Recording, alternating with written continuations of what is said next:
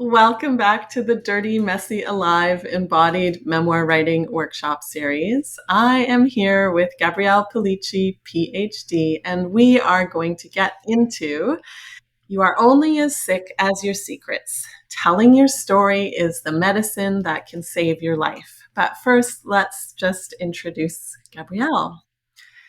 Gabrielle is a professor and coach guiding individuals and groups towards wholeness using writing as medicine. She has certifications in yoga, bodywork, meditation, mind-body medicine, energy healing, herbalism, and wellness coaching. She completed her doctoral work in transformative studies with a dissertation on women healers. I want to read that for sure. And studied plant medicine with indigenous healers in New Mexico and Guatemala. Her first book, All This Healing Is Killing Me, is a #1 Amazon bestseller. She leads writing retreats for first-time authors in West Palm Beach, Florida, where she resides. Gabrielle, I'm so delighted to have you here. Thanks so much for having me. Yeah. So let's just start taking apart this title, all the elements, and discussing and see where it takes us. Where would you like to start with it? Yeah, I mean, you mentioned my dissertation in your introduction. You said you'd like to read it. And actually, I cover a lot of the dissertation in the book that I wrote, All This Healing Is Killing Me. I talk about how I chose that program to study. I talk about what I did in my research. I talked about the journey that I was on while I was doing the research and where it led, including travel to Africa and Asia and various places. And it became the foundation of my work as a professor, which I've been doing for 18 years, teaching holistic health and integrative medicine, which then led to the production of the memoir and supporting others to write their memoir as well. Mm-hmm. So I think it's really relevant, especially for the folks joining this workshop series, that often, certainly with the students that I serve, often there's a desire to write memoir because of difficult experiences and a longing to heal. And writing memoir is a really healing process, or especially in the way that I facilitate, it is that way. But in that kind of arc of pain and desire and hope, we all, myself included, can tumble down a rabbit hole of seeking healing, which can become its own troublesome narrative and like stuck loop, which it seems like that's what you're really talking about. And then how do you keep moving through on a path and get out of the identity of I'm healing, healing, healing. So having said that, I'd love to know more of your thoughts and your own personal journey of going through all of Yeah, that's a really big question. That's why the title of the book is All This Healing Is Killing Me, for exactly what you just described, which is this process of really investing in the healing journey and really taking on the challenge of confronting stuff in our shadows, trauma experiences, things that happen to us. And one of the practices that I offer when I lead my retreats is taking breaks and going for beach walks and eating healthy food and managing that process so that you're not in it 100% of the time, that you go in and you do the work that you need to do and then you come out and you create that balance, not only for sustainability of the quality of your life, but for sustainability of the writing, because attempting a book is a marathon. It's not a sprint. And so we want to be mindful that we are doing the work that we need to do and we are not heading towards burnout in the process. So I think it's integrating different practices so that we can really have a healthy experience of writing. Mhm. Yeah. So the irony that diving into a healing journey can lead to burnout. Can you say a little bit more about Just a little bit of irony. that? Yes. Mm-hmm. Hmm. Could you expand on that? Yeah, I mean, I think burnout is common when we are unpacking difficult things. You know, you mentioned people are attracted to writing memoir because they're wanting to process things that happened. It becomes a record of their experience. It can also be a catalyst for social change. A lot of people write memoir that then leads to movements, right? And that's also something I'm passionate about, is using your message to create a movement. And we see that in different social experiences. Like, we had the hashtag Me Too, we had the hashtag Black Lives Matter. When someone stands up and says, "This is my experience of anything," right, of abuse, of violence, we see that there's an opportunity to create cultural change. And so I really think memoir is deeply powerful for personal transformation, for cultural transformation, and the pen is mightier than the sword is kind of one of the sayings that maybe kind of lost, but I'd like to resurrect it in this conversation. And the power of the word, I think we underestimate the ability that it has to really create change in our lives and in the lives of people around us. One question that I get pretty frequently is like, "But I don't want my family to read the memoir." You know, that's a really common concern.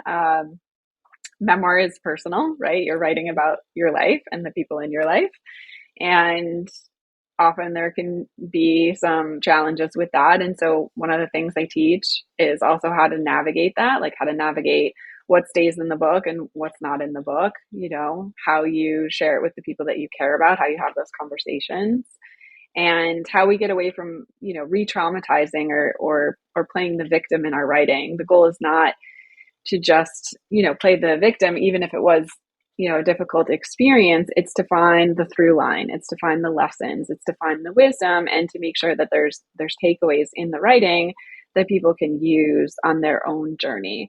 And that in and of itself is a process of seeing our own patterns in the words on the page, learning from ourselves, often seeing ourselves for the first time, taking that wisdom and curating it in a way that other people can receive it. And so for me, writing memoir was the hardest thing that I ever did. It was also the most valuable thing that I ever did. It's way easier to write a dissertation than it is to write a memoir. So, yeah, I mean, I enjoy the experience. I enjoy supporting other people to do it as well. Yeah. I want to loop us back to something you said a little earlier about how memoir and claiming and telling your story can be a tool for social change, because a lot of people also come to memoir wanting to tell their story in order to make a difference. That's a primary motivation, is to be of service, to help people not go through something in as rough and tough a way as perhaps they did. So I'd love if you could expand a little more. I'm also not sure if you can hear all the background noise, but the garbage trucks are in the alley picking up the garbage. Like, Thank you to our garbage men for picking up our yes, garbage. I was thinking that on Labor Day, my garbage guys came on Labor Day in the rain and took away the yeah. garbage. And I was like, these guys, like, somebody Speaking should of bake them a service, cake. yeah. Mhm. You Yeah. know, like, um, okay, I think I've lost the question. What's the Well, speaking question? of service, right? How picking up garbage for everyone as a public servant, as an act of service, but also Yeah. Oh, social movements, right. are people having a deep motivation with memoir to help others not have as difficult a time in whatever it is that they went through. So wanting to be of service by telling their story. Right. I mean, for me personally, the pain without the purpose made it almost unbearable, right? Without that alchemy, without transforming those experiences and creating art and creating something that's valuable for somebody else, it just felt like, why me? Why me? You know, and that you can't live in that space. That space isn't, it's not healthy, it's not productive. It doesn't create a foundation for a good life, right? So finding the purpose in the pain and going through that transmutation so that it has value for others, I think is, you know, what helps us survive and thrive through it. And, you know, what creates this gift of service for others. Most of the people that come to me that work with me, that is their heartfelt intention. Their heartfelt intention is, I went through this thing, I found a way through it. I want to offer to other people the path that I took through it. And every memoir, even if the trauma is the same, or the tragedy or the difficult experiences, the path that people take to heal or to find relief or to transform, the paths are different. Not every path is right for every person. Some people get through it therapeutically, some get through it with meditation, with medicine, with eat, pray, love, go to Italy, eat pasta, get a new boyfriend, right? Like, there's all these different ways that we travel this journey. And by reading memoir, I mean, I've read hundreds of memoir. I've collected tools and ideas and inspiration and strategies that I can use in my own life. And I think that's why other people read and write memoir as well, is because it becomes a roadmap, a blueprint for things that we often don't want to talk about socially. The thing about memoir is, if you're someone that's as passionate about memoir as I am, most of the things that I read in memoir are not things that people say out loud. They're not conversations that you can really have with people. They're very private, which is why, one of the mantras in my book was, you're only as sick as your secrets. It's this idea of the fact that we can't express these things, even to the people that are closest to us. That stagnation and that holding that in is what makes us really sick. And the writing, that release and the expression is what helps us to heal. So I think that's why a lot of people come to memoir as both readers and writers. Mm-hmm. Yeah. So, um, secrets. Let's dig into secrets and how they can make us sick.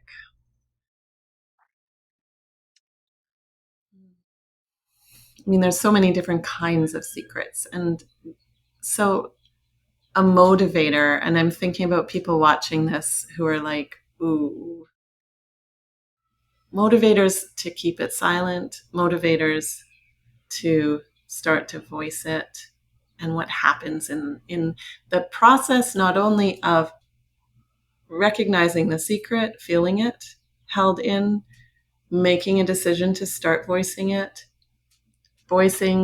whether written or verbally, uh, and experiencing not just what's happening internally as we're doing that, taking those big or little steps into releasing it internally, but also in terms of a response from others. I'd love to hear your Yeah. thoughts on that. Yeah, the most frequently heard thing when people contact me and start to share some of the story with me is, I've never told anybody this before. And that was where my journey began as well. I never told anybody this before. And then the I never told anybody this before, it's for a lot of reasons. One is that trauma and shame are two sides of the same coin. Like, you can't have shame without trauma, or trauma without shame. It's just inherent in the DNA of it. Like, this is embarrassing. I'm broken. I don't want people to know this. People will judge me. I'll be unlovable. Like, it's just part of the mess of it. And then that's reinforced by the people around us. But to go back what I just mentioned, to people not being able to talk about these things freely, just the narrative, the cultural narrative around it, and how you should sweep it under the carpet and pretend everything's fine. So your own shame is reinforced, and depending on what kind of culture you live in, that could, that exists on a spectrum of how ashamed you should be of something that happened. Um, and then what I've seen, the catalyst for it to start to like bubble out, is when it's too painful to keep it in. There's a quote, like, I think the pain of opening becomes less than the pain of, I'm going to watch the quote, but there becomes this discomfort that the holding it becomes almost unbearable. And we can often start to see cracks when we hit a certain point in life where life is falling apart. It happens a lot around midlife, where the way that we normally operate, it's just not working anymore. and the thing starts to crumble, and like our facade, it becomes too difficult to maintain this pretense and pretending that I feel a certain way, and upholding that personality, and or there's something that happens that breaks us, like job loss or divorce, or even like an empty nest, people, leaving, and you having that alone time, which can be really confrontational. And in that, the secrets are like, hello, hello, and they start to get amplified. And there's a real opportunity there, because in the expression of them, you can experience so much liberation, you can experience so much reinvention, you can inspire others. And I think that moment in time can go either way. We can either lean into it and be like, okay, this is kind of uncomfortable, but it's an opportunity, or we can go, no, no, no, no, no, no, no, no, no, no. And then we indulge in even more distraction, which I think is sad, because I think that opportunity is like, I don't know, it's just, it benefits not only you, but the evolution of humanity, and I think, leaning into it, it'll be a little bit uncomfortable in the short term, but in the long term, your self-confidence, your contentment, your serenity, there's so much on the other side, if you're willing to kind of go through it and release all the secrets, get all the skeletons out, clean your internal house, tell your stories, get support, be witnessed. The thing about writing the book or sharing your story with others is, in the witnessing is a massive transformation. Like being seen, really raw, really vulnerable, really true, really naked. There's nothing like it. I mean, that's what intimacy is. And until you have that level of intimacy, you can't really have the joy and the comfort of being connected to people. Like, we have a loneliness epidemic. The loneliness epidemic is not because there's no people. There's 9 billion people on the planet. The loneliness epidemic is not being connected. And you have to lean into that intimacy and that vulnerability in order to be connected. So there's so many positive outcomes if you transform those secrets. There's so many positive outcomes, but often you need a guide. It's difficult to do it on your own. It's difficult to do without support. I've had 100 teachers, mentors, workshops, conferences, coaches, editors, people to support me along my journey. I think it's critical. I don't think you should do it by yourself. Because this is about connection. This is about connection. Putting your words out into the world, right, is about relationship with yourself, relationship with others. And it's something that we're all healing. I don't think anybody has the perfect life. No. So, thank you for that. Mm-hmm. I would love to hear as well, because you have published a memoir, that like kind of the whole arc of the process from getting the idea to start to how long it took you to write, what your challenges were, what the easy parts were, then into the beast of revisions and considering publishing and how to do that, and promoting, because we've got people on this workshop series at all stages of that process. And while you start talking, I'm just going to grab a charging cord for my light. I'll be right back. Yeah, no worries. Take your time. For me, when I finished my dissertation in 2006, I immediately wanted to dive into memoir. So I wrote a first draft, because in my dissertation research, I had interviewed women healers, and I had asked them about their experiences of growth and change over the duration of their career, and found these themes in their experience. And it made me so reflective about my own experience. And I wanted to write down my own experience and capture my own story. And so I wrote a first draft, and it was really, really bad. As I we usually mean, are, right? anybody, like, That's part of it's it. just so bad. It's so bad. But first drafts are supposed to be bad. Like, that's just what they're supposed to be. If anybody tells you differently, then whatever, they're lying. So I just put it in a closet. I was like, oh God, I started going to classes, workshops. I started reading more and more memoir. I started, you know, really exploring the craft of it and what makes a difference between a memoir and an autobiography or a nonfiction or a novel. Like, what is this beast? And I just started. At the time I was in California and I was going to classes at UCLA, and I was going to my writing mentor, Maya Danzinger, and she was having classes at her home, and just kept studying, and then kind of got the courage up to attempt it again in 2013. So I attempted it again in 2013, and it was still really bad. I gave it to an editor. I found an editor to look at it, and she was just like, she didn't even know how to give me feedback. She was just like, this is everything, like, and it makes no sense. Like, it was because, and I see that this is very common. I see with students, they come to me with just kind of like a pile of, stuff. Like, here's my stuff. I don't know what to do. Like, that's not a book. Like, you just writing down all your stuff is not a book, which is what I was still doing in 2013, was just writing down all my stuff. And so she tried to give me some feedback. It wasn't super helpful. I went back and I did more classes. And I took a lot of, in addition to the writing, I was doing like some improv classes and some speaking classes, and still exploring different healing modalities, and just still like growing as a person. Kit Kat wants to join the interview. Well, hello. Oh, those golden Hi. eyes. Goodness. I know, right? He's very like, he's very vain. He wants some attention. So I continued to like study, read another 100 memoirs, like explored more, and then finally got like a little bit more mastery over the written word. Finally got a little bit more mastery over, okay, I think I understand what I'm doing wrong. I think I can do this. And so I attempted the third and final kind of draft during the pandemic, and found an even better editor than the editor I found in 2013, and worked with her in like an editing and coaching capacity for a few months.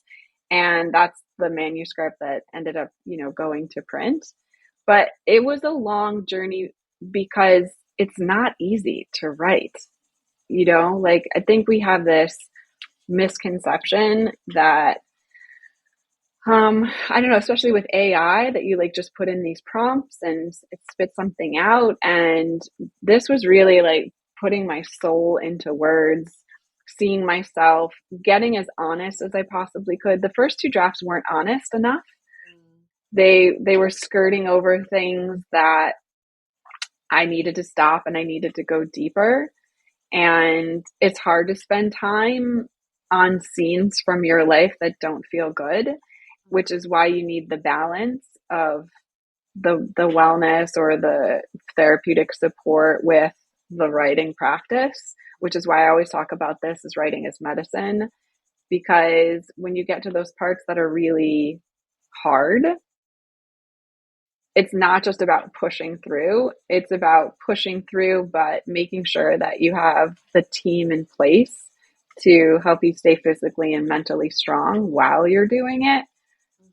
And then, yeah, and the book came out last year.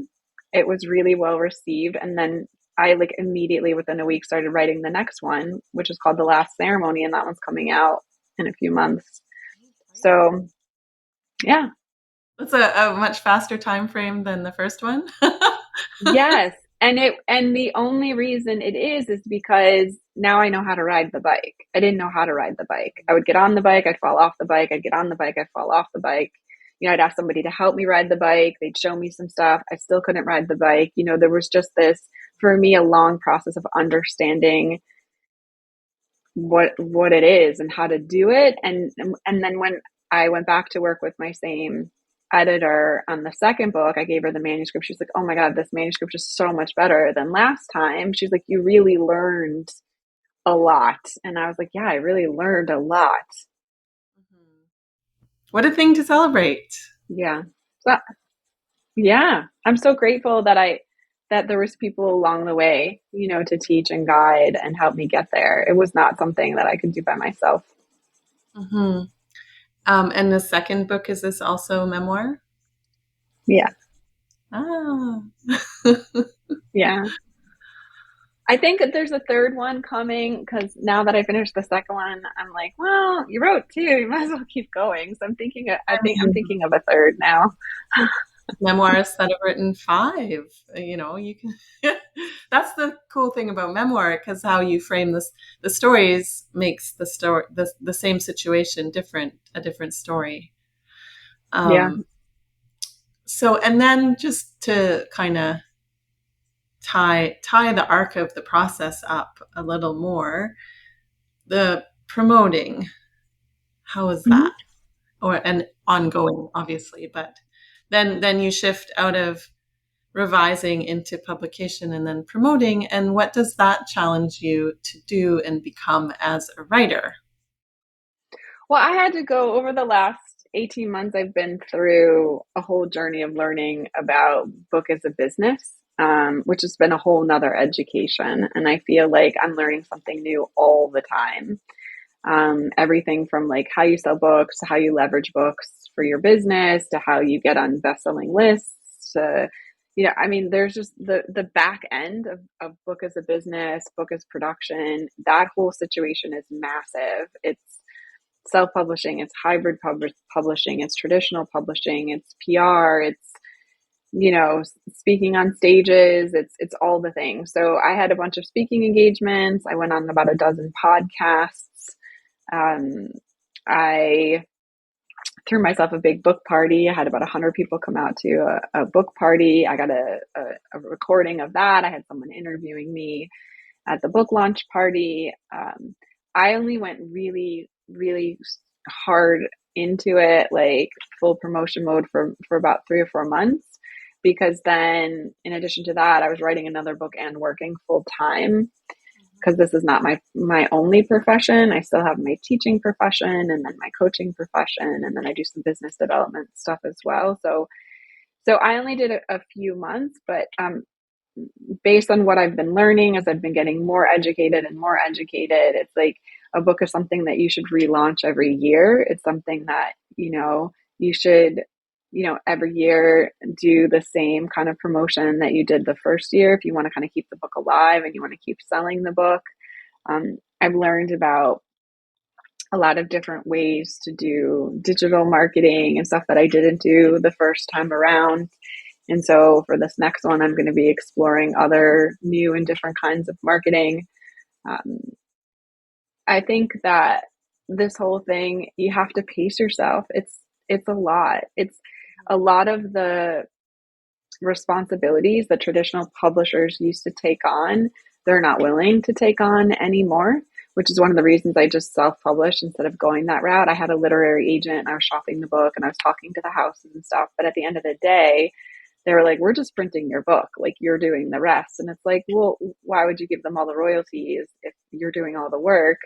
So that's one of the reasons why self-publishing is becoming more and more popular, is because the traditional publishing houses aren't doing the same lift that they were before. They're not investing the same as they did previously. So you end up becoming your own marketing agency in addition to becoming your own platform, in addition to becoming an author.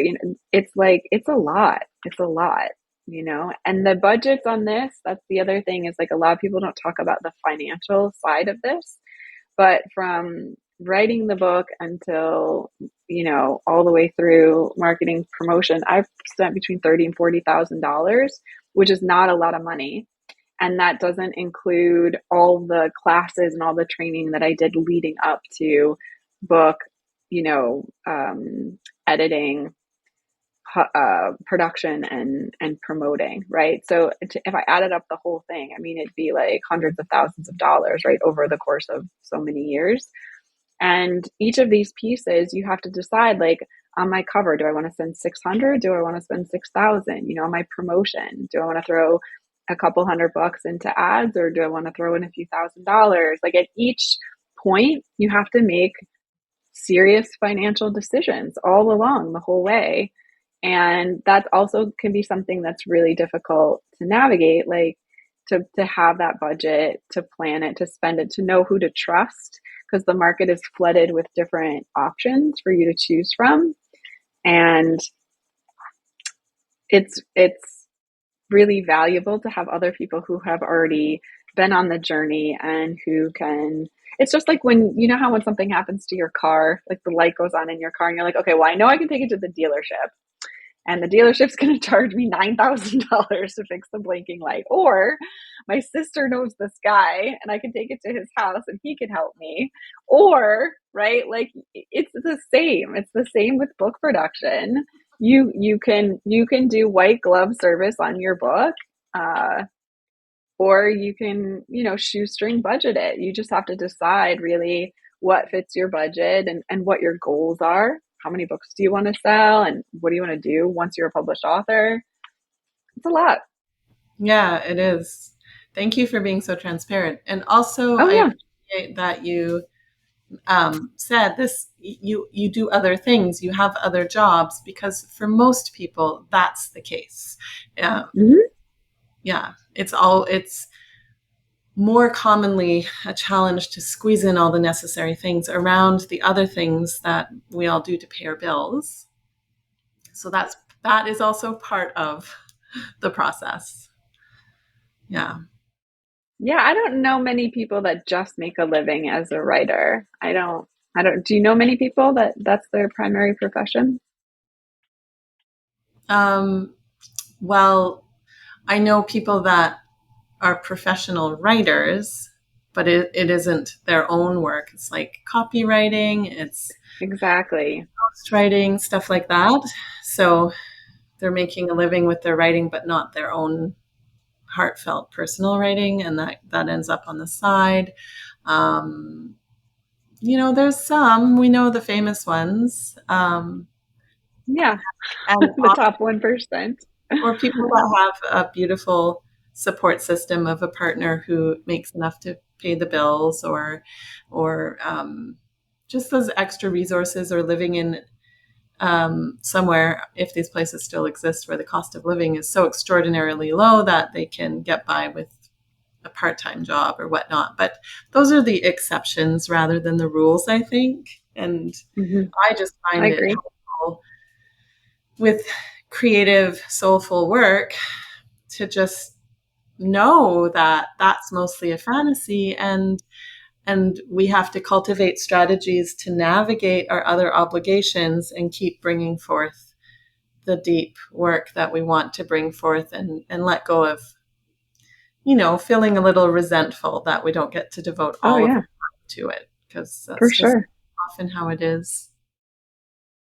Yeah, it's a very common part of my conversations with aspiring writers to talk about financial management and time management. The time management piece is the other thing. It's like, okay, once you figure out the money, then you're looking at like, how do I juggle all the pieces in my calendar? And I've sat down more than once with my clients and been like, open your Google Calendar. Let me see your Google Calendar. When are you getting up? When are you eating? When are you sleeping?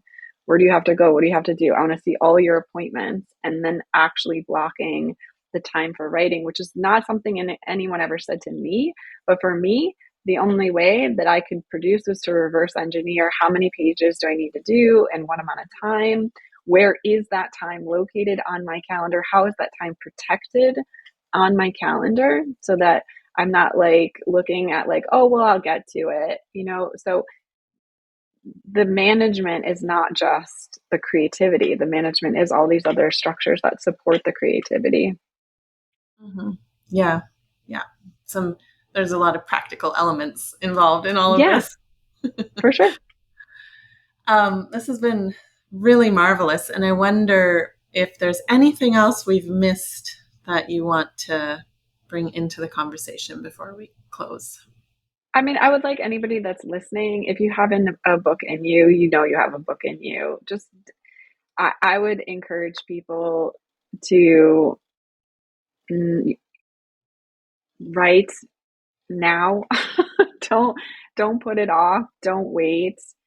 It's easy to say like I'll get to it when I get to it, but I'm telling you, a lot of the things that I think that you're seeking for yourself, uh, I think you will get there faster if you dedicate some time to the writing. And it might be counterintuitive. You might think, well, I have to have this amount of stability or this amount of money or this amount of free time or this amount of whatever. And I'm telling you, the way that writing opened up channels within your being and within your world and your life, I would say don't put it off. You know, if you feel like you have it in you, just find the time, even a little bit of time every day, because the world needs your story. It really needs your story. Just trust that process. Yeah, and the world also needs the person that we become by Yes, going through the yes, process of figuring out our yes, story, writing it. yes. So, for those who are smitten and interested in getting closer to your work, how can they find you? And the links are going to be below this recording, by the way. Yeah, my website is my name, gabriellepellicci.com, and you can find me on all social channels at Dr. Gabby Pellicci. And love to connect. I offer free discovery calls. I'm including some gifts with this lovely summit that Janelle has organized for us. And please don't hesitate to reach out if you have questions about anything that we talked about today. Yes, and speaking of gifts, in the all access pass bonuses, you've got two amazing gifts. So I the do. link to sign up for the bonus, if you want to claim Gabrielle's gifts, is also below this recording. But could you tell folks about the two goodies?